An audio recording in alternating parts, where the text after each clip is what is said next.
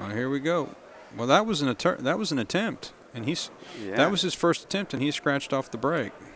And that seems to be, you know, the break shot that a lot of guys are using. Do you like that? Not mine. I'm not using that. I use more when I break. It was more of a traditional.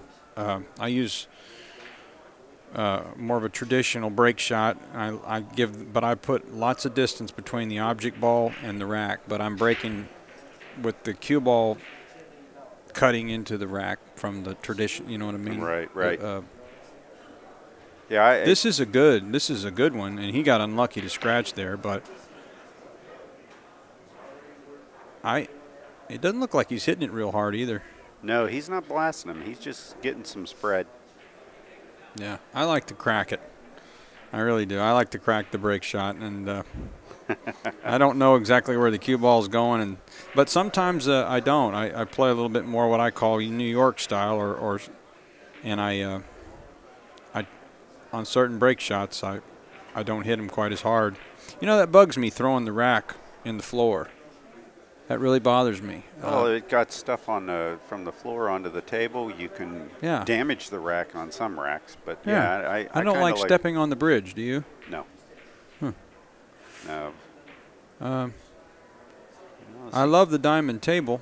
I guess we need to have another idea about the bridge, because the bridge doesn't belong on the floor.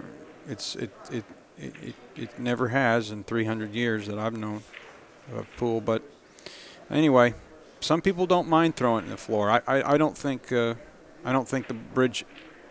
It absolutely. I'm kind of anal about it. I'm really bad about it. But. No, it's all right. It's all right. And you know, respecting equipment is probably one of the things that I can say a good player should have. I mean, if you just think everything around you is worthless, how can you feel good about playing the game?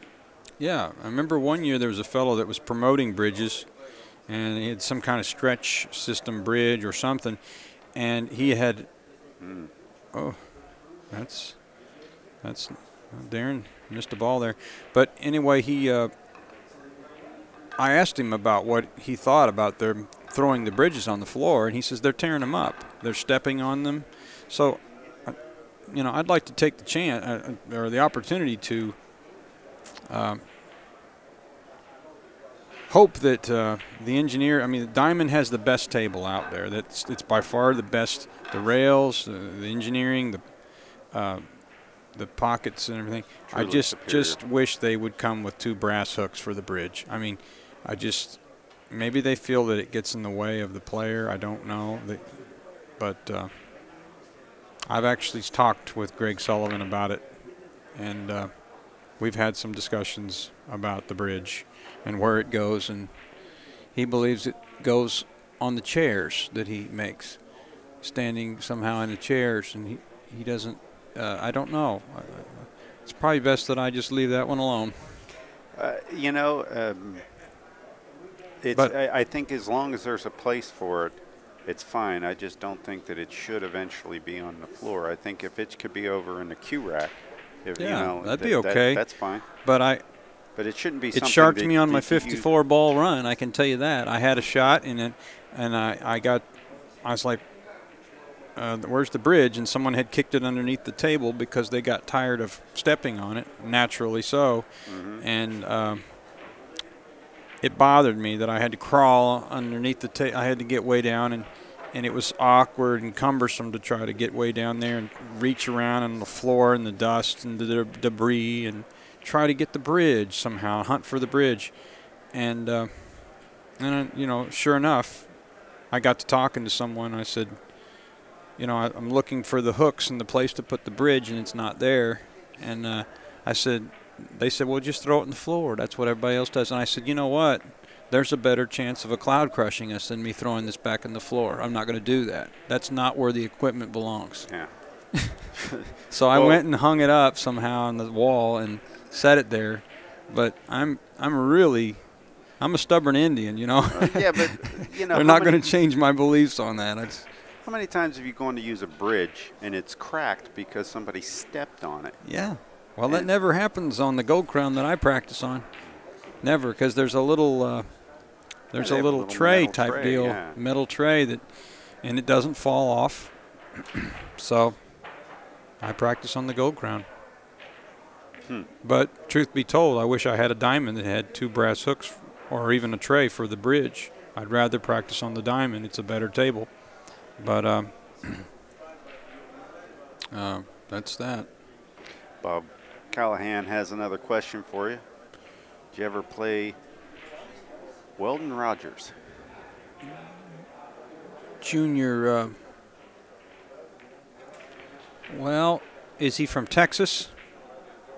Was he an old-time player from Texas, Bob?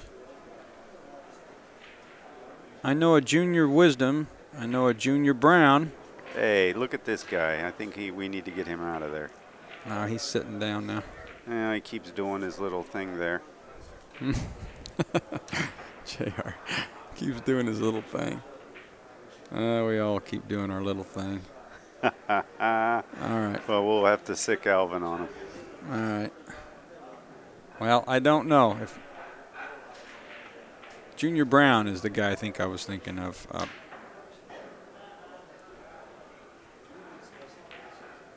Okay, now that's a rack there. Now this is his 3rd attempt, isn't it? Yeah. Well. Or no, wait, this is his 2nd attempt. Oh, okay. No, wait, he did. He missed. He scratched on the break, and then he so missed the ball. So this is his 3rd attempt. 3rd, yeah. 3rd attempt. Yeah. He's dangerous, this fellow. I say that because I've got $200 coming if he doesn't break 54, I think. Right. And you know what? I need the money, but I'd like to see him run 150. It'd be okay. He can break my 54 as long as he runs over 100. Okay, so 55 through 100, no good. No good. 101, he's getting more. Yeah, right. 200, he's getting all right. It's worth it.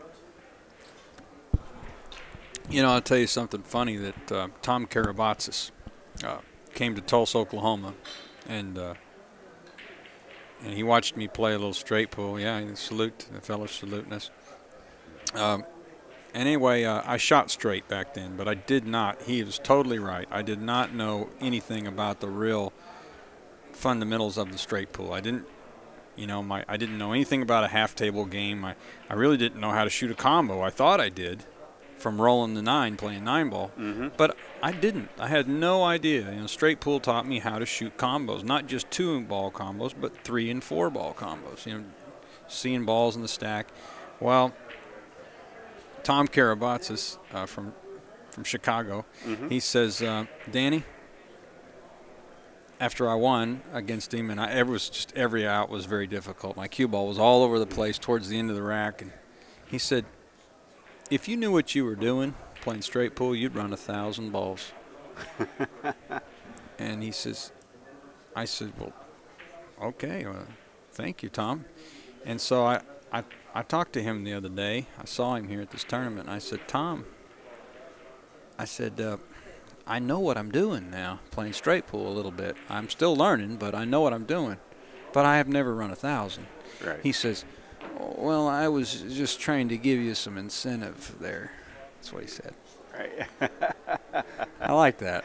That's pretty cool. I really liked it. I said, okay, all right, Tom, thank you for the incentive because I really did learn how to play. Now I'm learning. I said, I know how to play, but he says, I really didn't think you'd run 1,000. He said, I'm just trying to give you some incentive. I said, okay, thanks. That'll work. That'll work. Yeah. Yep. But I think what he was trying to say was I shot straight, and I just didn't know the game yet. Right. I think that's, lines that we'll be using when we're the senior people at the table. Yeah. Somebody used that line on me. I was playing one time and I won a little tournament, and a guy come up to me and said, if you ever learn how to play, boy, you're going to be a good player.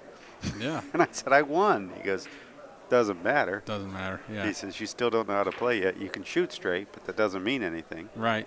He says, you go up against another player. And I didn't know the guy was a good player. And Turned out he was a really good player.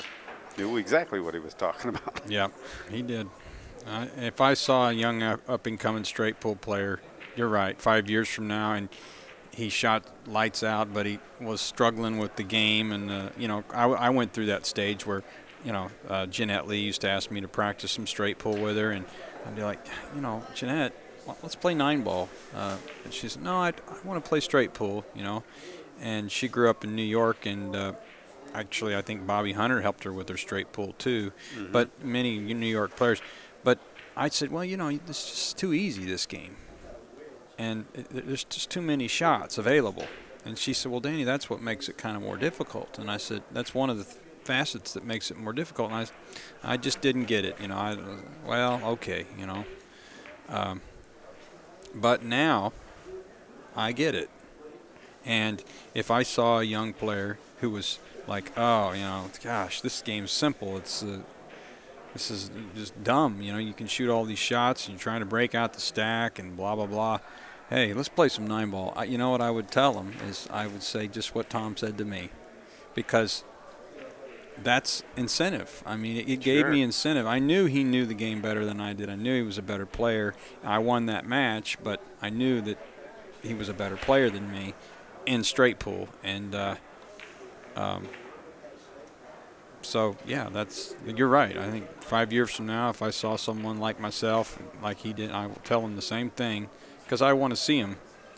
I want to see straight pool stay. I want it. I don't want it to die out. Look at this.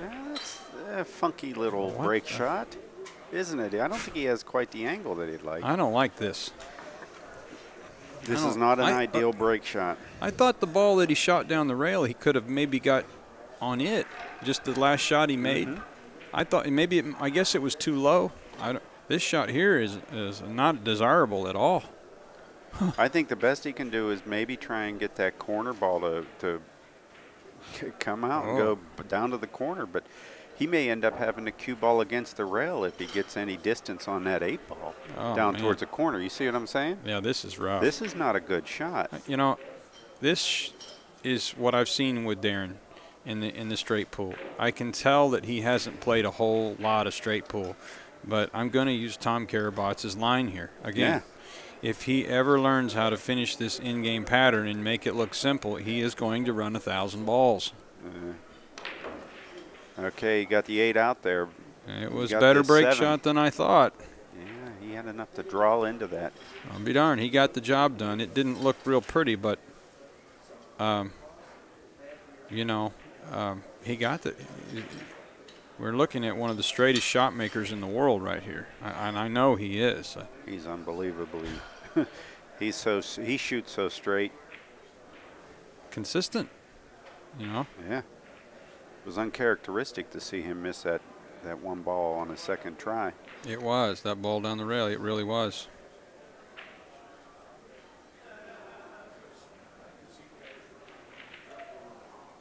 And he definitely has the eye of the tiger when he gets down on the ball, like we were talking about earlier. He's got it. You know, the eyes are the window to the soul, aren't they? I heard something like that one time. Yeah.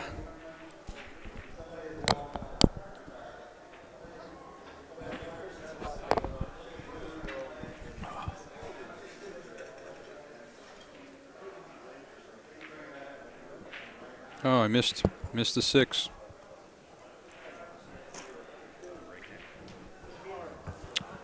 I missed a rare miss on the green bean. Must not eat his green beans there. All right, JR is taking a 10-100 real quick, and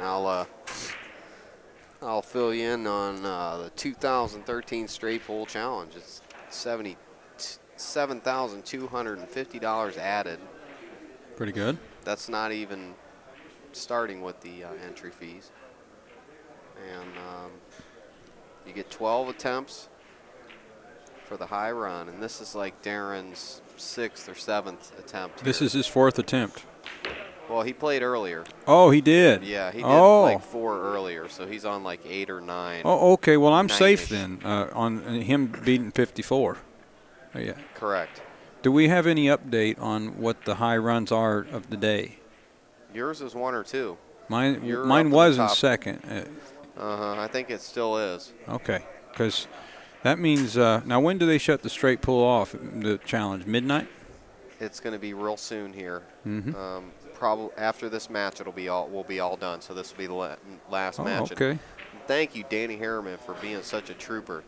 Oh, no problem. You know, and are you having fun commentating with JR? Oh yeah, JR. He knows his stuff, doesn't he? Yeah, I learned some things there about cues and waves on the cues. Sure. And He's got all kinds of knowledge. I mean, I can sit here and flap my flapper all day, you know? Yeah. But it doesn't mean a hill of beans. JR knows his stuff. Yeah, I get good vibrations from Yep. from JR. He's a knowledgeable dude. And absolutely. So are you, Danny. That's why I'm sure the viewers are enjoying listening to you and JR talk, of course. Yeah. My friends out on the chat. Watch out for the undertow. Corner marker Bob, sorry for ignoring anybody we've been ignoring. We've got Sunny 1 on, Pops 89, Corner marker Bob, Upstate Al. What's happening? Thanks to our moderators and all of our viewers, of course. I'm honored to be with you tonight. And we have tons of them, so we're going to let JR take it back over live. Okay, Hawaiian Eyes is asking many good questions. He asks, who has the world's highest run on a 10-foot table? My guess is I'm going to go with Luther Lassiter on that. Or, I mean, Irving Crane. I'm going to go with Ralph Greenleaf. Oh, there is probably the real deal, yeah. But I heard Irving Crane or Luther Lassiter had an extremely high run on. But yeah, Greenleaf. I think that's a good guess. Ralph Greenleaf would be an excellent guess. Can we win anything if we're right? Yeah, right. Exactly. Okay, who has the highest average run? That's interesting. Well, I can't argue with that. Want to take a second to thank the sponsors of the StraightPool event and to our stream, Diamond Billiards, Stu Montana, Rich Klein, and Simonis Cloth. And of course, our stream sponsors are Simonis Kamui, the Bank Shot Calculator, and OBQs. Yeah. Dennis Walsh keeping score up there. He's hard at it. Tirelessly slaving for StraightPool. You know, he loves the game. And I don't blame him. I love it too. Yeah. There's a reason we're here. Right. This is $72.50 added. That's pretty good money. Yeah. You want to give everybody a rundown on how this all works, or you? Well, I did. I thought I did earlier, but I was offline. I didn't realize it, but I wasn't online. But yeah, that you get a $100 entry fee, and it's $100 at the Derby City sign-up counter, and then for your $100, they give you a ticket, and you get 12 ball-in-hand break shots, and in those 12 break shots, the first 4 attempts count towards the daily prize. And after your 4 attempts, then you can still get the high run of the tournament, which is $1,000. But the first 4 attempts are the daily prizes, which is I think $300 for first on the daily prize, and right, $200 and then $100. So how many times have you won the high run? Twice. Well, not only once here, I think. Okay, 139 in 2006. Yeah. By our guest, Danny Harriman. So it's safe to say that that qualifies you to tell everybody when they've positioned the cue ball incorrectly or shot the wrong order. Well, I don't know. I mean, I don't try to. Certainly not a know-it-all, and there's different strokes for different folks. But one thing's for sure, towards the end of the rack, I think you and I would both agree that, I think if we watched enough StraightPool and it got down to the last 7 or 8 balls, you and I would start trying to call out that. You're right. And that's a sign that there's 2 StraightPool players sitting. Because I remember sitting there in Oklahoma, and Dick Lane was watching a match and with Greg Fix, I think it was, and they were sitting there, and it was the first time I'd ever heard anyone commentating on StraightPool. And Dick says, "What do you think? 14, 10, 12, 3?" And of course, 3 would be the break shot, you know. And Greg said, "I think 12, 14, 10, or 3, 12, 14, 10, something. You know, I think he's going to use the 10 instead of the 3." And I'm sitting there listening to that, and I said, "Oh, you know what? There's a lot more to this game than I thought." And so, yeah.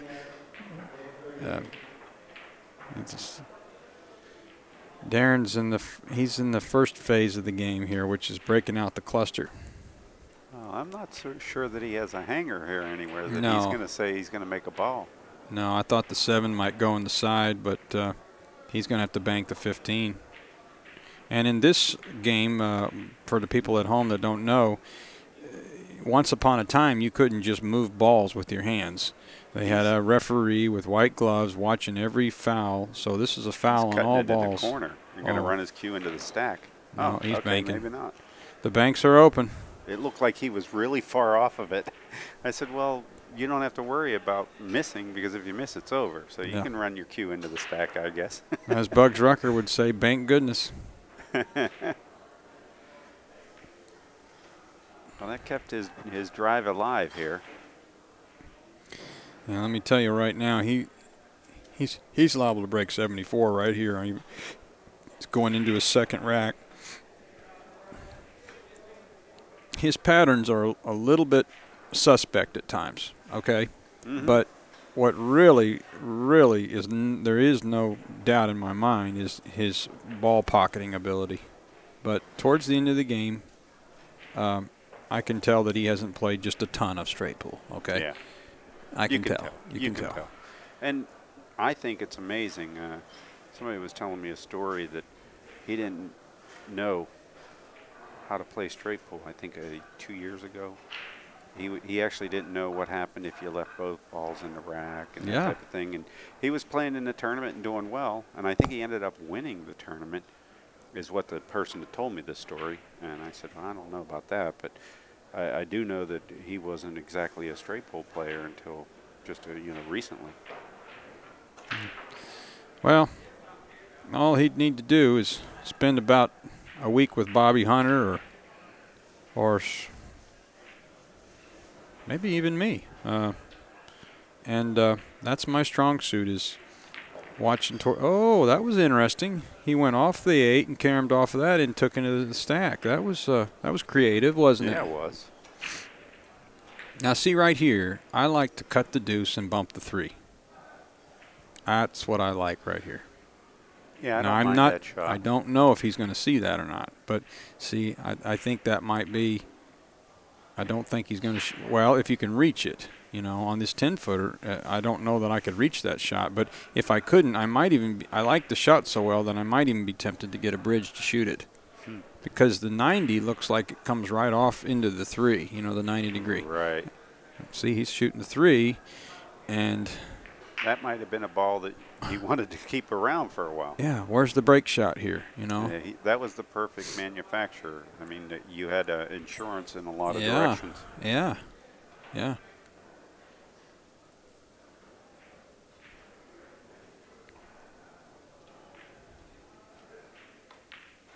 I don't know that all the great, I don't know what he's doing, but I know that 2 ball, if I could have reached it, I would have been licking my chops shooting that, trying to bump the 3 just barely. Yeah, I'm not sure what his break ball is going to be. He could be looking at the 2 or the 4 now. And that's all you you can tell so much from towards the end of the game how much StraightPool someone's played, can't you? Sure. Yeah, I mean, he's still pocketing balls, in my opinion. I think he has very little concern about what he's doing. Yeah, he doesn't. He plays. You know what? He plays English snooker StraightPool. He just wants a ball behind the rack, underneath there. And even though these aren't desirable break shots here that he's shooting, he just wants a shot at the break shot. Just give me something here. That's all. And that's what makes him dangerous. But he didn't. I don't think he saw the option of bumping the 3 there, did he? I don't think he saw it at all. I don't think he saw it. That was way out of his realm of understanding that a ball 2 feet away was a possible break ball, and that he had a good shot and a free shot to manufacture it. Yeah, yeah. Yeah, that was beyond his scope. But you know what? What's Give him beyond a little bit of time. Yeah. Let him watch everybody do that. Yeah. And the light bulb will go off, and then there'll be a lot of guys in trouble because if he knows that. When he's got that long straight in shot, even on this 10-footer, what's sometimes is a little bit beyond my scope is, as he would say, potting that ball. And I can tell you, he's not worried about that shot. No. He's not a bit worried about it. I'm a little worried about it. This shot here is like nobody's business to him. Yeah. He's going to run right into the 8 and come back swing out to the rail and back out to the table. Oh, yeah. That's perfect. And that's a tight pocket that he's firing in there. Yeah, that's what I mean. Speed. You and I, we're hey, a little apprehensive shooting that ball. Because how many times have you heard that right at too many. Way too many. Or you hit it perfect and it sticks in the rack. Perfect. Yeah, you've got to watch out for those guys that hold the chalk in their pocket. I'm telling you, on those long shots or any shot, their potting skills are just tremendous. I even switched my stance over a little bit over the years. When I'm on the rail and I have a long shot, I lock the leg a little bit like the snooker players do, because I found it helps me stay down on the ball. Mm-hmm. And that's interesting. I don't know what he was. Yeah, I don't. He's a little carefree and fancy-free with the cue ball here. He looks like he has room here. He's shooting got it like the he 12. has all kinds of room. He's all right, but look at this. He's just only leave 10 himself feet long. from his Yeah, shot. it's okay. I'll shoot a 12-foot shot, a 10-foot shot. Child's play. See, this would really be annoying me that I didn't get my cue ball back up table for the 11. But you notice how much it annoyed him? Yeah. He's really sweating over it, I can tell. Yeah, he looked like it really bothered him. I think he was actually dancing a jig around the end of the table there. He was licking his chops shooting that ball.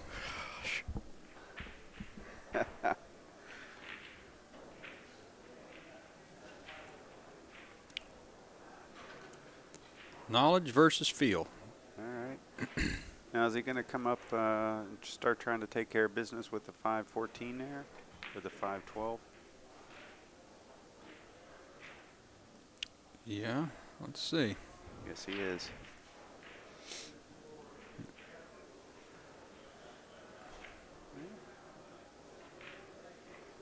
Okay. If it were me, I might want to get the 5 right now. But you know what? You've got to do something about the 6 and the 12 too. But I think he thinks they're break balls. how can you reach the 5? That's what I'm getting at. Oh, now, have you seen him use the bridge though? Oh boy. He's deadly with them. Oh man, him and Corey Duell, they use that bridge really well. He did that right. He didn't try and kill it. He let it run. He's not afraid of all that real estate. He'll just run it down there and run it back. He's not afraid at all. Yeah, for anyone at home watching him, he's not really what you've seen here in the last 20 minutes. He's missed a few balls that he's not normally going to miss at all.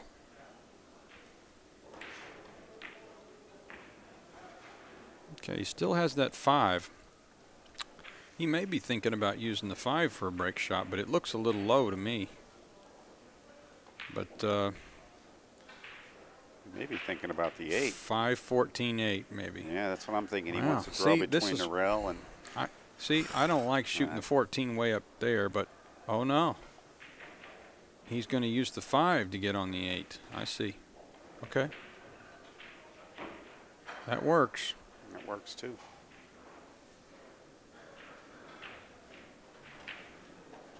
I find myself looking at what he's there a lot more than I do on a 9-footer, because if I get too far up there, I can't reach the shot.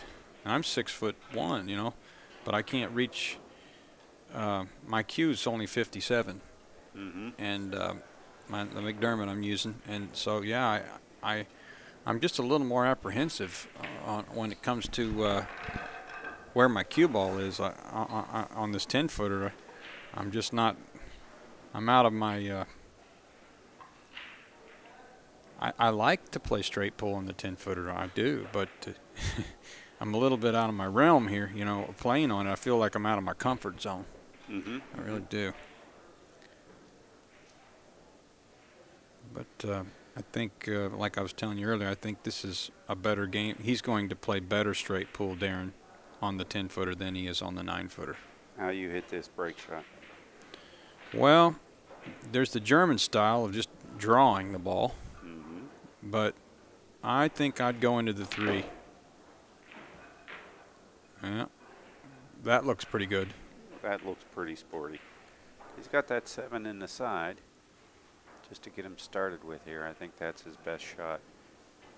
Well, he might even reposition his 6 right out of the gate.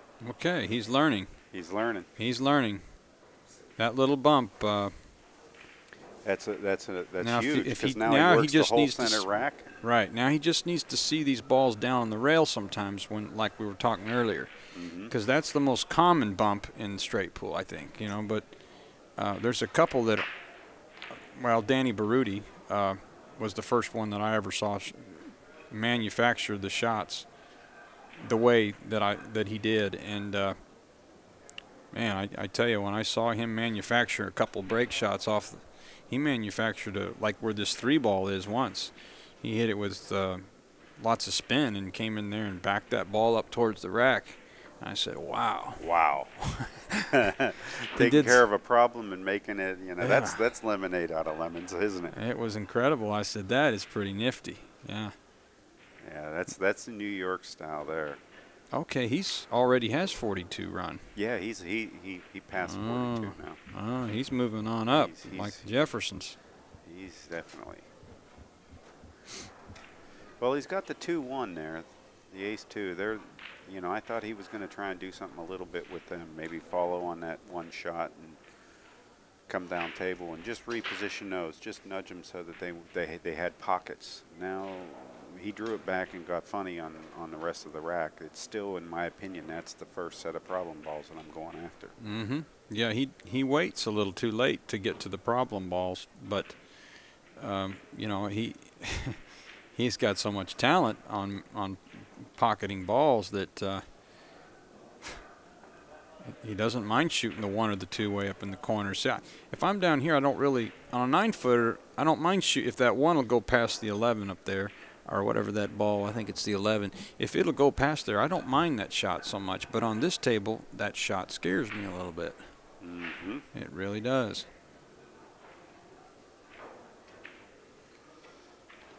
Okay, If he's I had going. to say, oh, Darren. He lost concentration. You know what I think? Now, you correct me if what you think, but you notice how he didn't get real close on that. I'm thinking the cue ball had to go in a real tight angle there. I think for sure, and if I were betting, I bet for sure that he took his eye off that ball and watched. He didn't watch it drop. He didn't watch it drop. He was trying to play the cue ball. Yeah, and do some he other put things more there. emphasis on the cue ball, and that's something I learned whenever I was starting to get a little better at straight pool. Was all my runs ended on the break shot. Because I had scratched so many times off the break, or I had gotten locked up on the rack off the break, that I was a little unsure about where the cue ball was going, and so I might have saw the contact point of the ball that I was hitting, but my eyes stayed there and just kind of moved towards the cue ball, and then I noticed from my peripheral vision that I missed the ball, you know, almost a foot. Yeah. And I said, oh, man, how am I missing that ball? And it finally dawned on me, something I had to figure out on my own. I'm taking my eye off the ball. And I didn't ever do that playing 9-ball because you didn't have to run your cue ball through you weren't going into balls all the time, you know, to a stack of balls. But I had never really gone into 14 balls that much. And but now, when I shoot the break shot, that's the main thing. That's something I've never seen Efren Reyes do. In all the pool that I've seen him play, no matter what the cue ball's doing, sometimes he may not be 100% sure about where exactly the cue ball's going, but he makes sure that he watches that ball drop. Right. I've never seen him take his eye off the ball. I've never seen him do it. That's it. So I compare the break shot in straight pool sometimes to a trust fall. A trust fall? A trust fall. You fall backwards into somebody's hands and you trust that they're going to catch you, right? Okay, yeah. You figure out where you're going to hit in the stack, what side of the ball, what the pattern is going to be basically, right? You determine your speed, your spin, everything that you're going to do. Standing up. And then you just make the ball. Right. Don't look at the cue ball, because looking at it isn't going to help it but do something. It's already been gone. So. But you determine your speed and the spin and all that while you're standing up. Oh, you're standing up. Right. And then you make you say, now I trust that the cue ball is going to do what I wanted. And I just concentrate on making the ball, because to be quite blunt, you can look at the cue ball all you want. All that's going to do is cause you to miss the object ball. And the cue ball still isn't going to do what you want unless you've hit the object ball correctly. So you might as well go that route. And now, would you say, let me ask you a question. Do you think that, I've never really said it like this, but I try to figure out about the analytical side. They say if you're in your left mind, is your left side of your brain is the analytical side, and the right side is the more creative side. Is that right? Yes, I believe that's correct. Okay.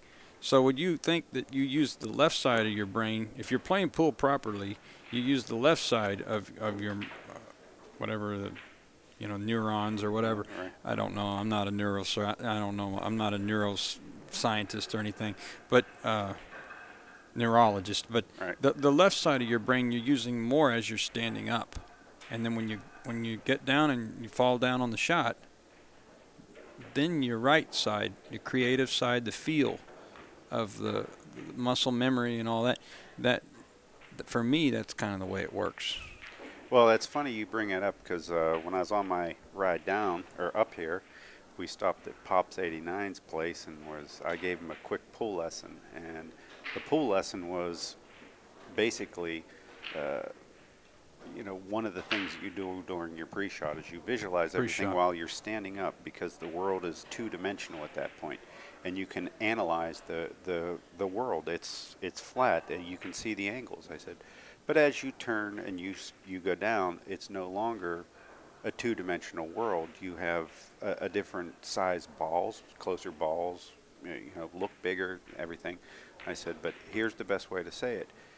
You visualize and do everything in the air, and you access your first thoughts about your muscle memory, how the shot's going to feel, how it's going to sound, what it's going to look like, how fast the two balls are going to be in proportionate to each other possibly. Things that you would kind of start to think about. But then as you bend over and you make your first aim, after that you have to access feel and muscle memory. And that's when you get close to the ball and you do a couple of those little pokes and you feel where that ball's going to go to, and everything's right.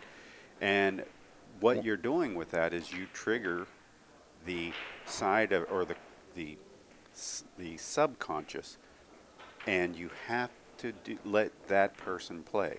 Right. It's too common for players to aim balls because they want to take credit for every action or every piece of knowledge that their brain has, and it'll cloud out that person in that side of the brain that's basically in control of all the magic muscles. Those ones that let you smack a ball 100 miles an hour and move it and float it 6 inches and land it perfectly. See, JR, you're giving pool lessons. I know you want to play again. I know you do, man. If they had a straight pool tour, you'd be back playing again, by golly. I know it. I know you would. I can tell it. I can tell you still love the game. You still want to play a little bit. Well, Pop says it works. I gave him a couple of lessons. I was showing him how you can do one-handed, shoot with your feet like you're jousting, and I show him how to line up when you're up on the shot. And basically, you don't get to look after that. You step forward and you just drop and shoot, but you're not looking, and you're only doing it with one hand, and the stick has to stay in the same plane that it was when you were back aiming at the two-dimensional world portion of the shot. How does that work, Pops? I think you'd be good at giving pool lessons. Yeah, he says yes, yes, yes. He liked it, and he thinks you helped him. So If he picked something up from it, then okay, he's shooting a tough combo This here. is a tough combo. There's no other way to say it. Wow, made it look easy. He says, no, it's easy. Damn. Well, I guess He wasn't rolling the 9 there, was he? Not at all. Now, do you think he's got that, what looks like the 15 ball? If he can stop this ball, he might be able to get that ball on the side. Well, you know, the overhead cam would give me a little better view of that. But we'll have more of those in place here shortly. Yeah. That's the best view from the camera. But, wow, he's got the 10. Okay. How fortunate he snuck is through that? there and saw that. That didn't look like it had room, did it? Well, I thought it might, but I wasn't sure. Now, I don't know if this 3 ball has room either, but it looks like it does. Oh, he says it does. It's either the 3 or the 5. No, it's the 5. Yeah, it is. The 3's over here on the left side. So, Okay. yeah, it's got room. Now, see, at this point, I'm not so worried about bumping a ball. I want to get these balls removed, and then, okay, looks like another 8-9 combo. This combo is certainly a lot easier than that 111 or whatever that 11 ball was. Oh, yeah, that was a hanger, if there ever was a hanger as far as combos could get. Yeah, dead ball. That's always refreshing to see those. So here again, he has that 8 ball that he can bump from underneath the rack, from the 14 or the 13, you know. Mm-hmm. And okay, he can go with the 12, and then he can get above the 14. He has to take care of this one fairly soon here. Yeah, That'll he let does. him run around the clock Yep. and do everything he needs to do too.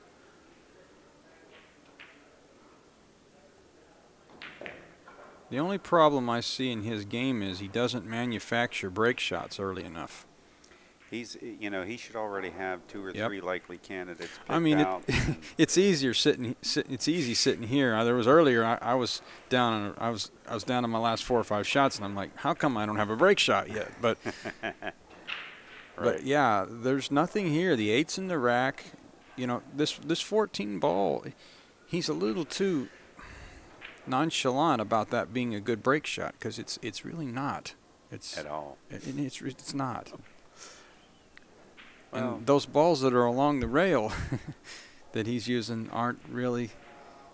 He's making that look easy, firing those balls in down the rail. But I think the people at home that are on this, they know that when you shoot down the rail on a diamond, and you fire the ball in, you better hit it really, really good. it better be hit clean. So it looks like he's going to use the 15 as his key ball and the 2 as his break shot here. Mm-hmm. 2 ball looks a little high.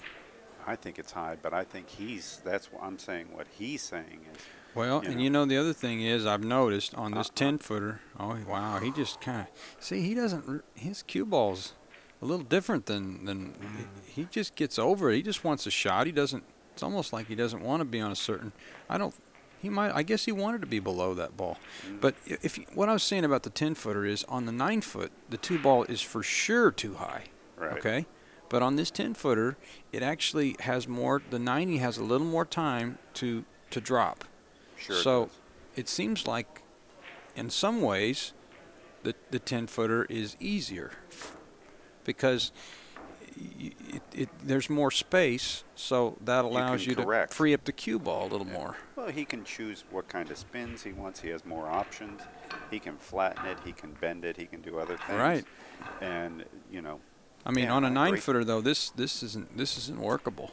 I mean, it might be, but here he's got like that extra distance allows the cue ball a little more time for that 90 to deviate, and he'll probably hit a little inside English maybe to free the cue ball up a little, maybe, you know. I don't know. I don't. When I was playing straight pull on 8-footers, I always kept a fairly big angle on my break shots. Yeah. No, This is not going to turn. Oh, wait a minute. The 9-2. the 9-4, 9-2, whatever. 9-4, yeah. 9-4. I think that's his only hope, and it doesn't look on at all. See, I would have hit that with a little inside there.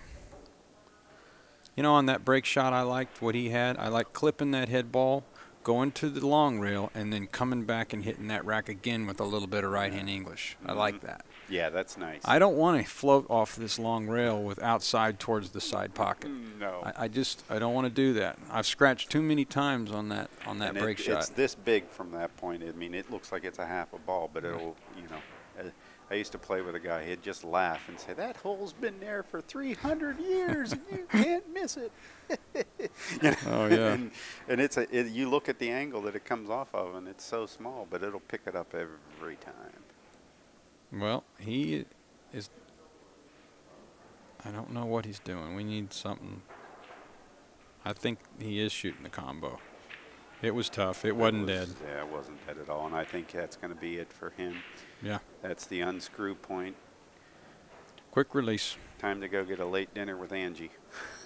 Get ready to play tomorrow. You know, he's got a pretty gal, and he might not have run 150, but he's got a pretty gal that supports him, and as you do, you guys are both smarter than I am. So, anyway, I enjoyed doing the commentary with you, JR, and yeah, it was interesting. It was fun. It was a lot of fun. I really appreciate you coming in. No and problem. hanging out. Please come back with us, you know, and hang, and you know, best of luck in the rest of this event too. Thank you, sir. Appreciate it. All right. Well, I just want to take a moment and thank our sponsors here before we're going to let the stream run, and we're just going to de-mic ourselves here. But I wanted to thank all the StraightPool sponsors: Diamond Billiards, Stu Mattana, sorry, Rich Klein, Simonis Cloth, and then of course I like to thank all of our sponsors for the stream: Kamui Tips, Simonis Cloth, the Bank Shot Calculator, and OBQs. Got anybody you want to thank, Danny? Dennis Walsh. Dennis Walsh, yeah. For keeping score, and Bill, how do you say his last name? Bill Maropoulos. Oh, Maropoulos? Yeah. I think that's it. That's it. Yeah. Yeah, those fellas are keeping score all day. They've been here. And Dana Stevenson. And Dana, yeah, right. Yeah, tireless promoters of this sport, and you know, by all means, yeah, we want to thank all of them, and thank everybody for showing up. Like I said, this is going to keep going. We're just going to de-mic and you know, give our voices a little bit of a rest here. But stay tuned, and if you want to watch any of these videos, we're going to have them on YouTube probably in the next couple of days or so. All right, everybody. Thanks a lot, and good night.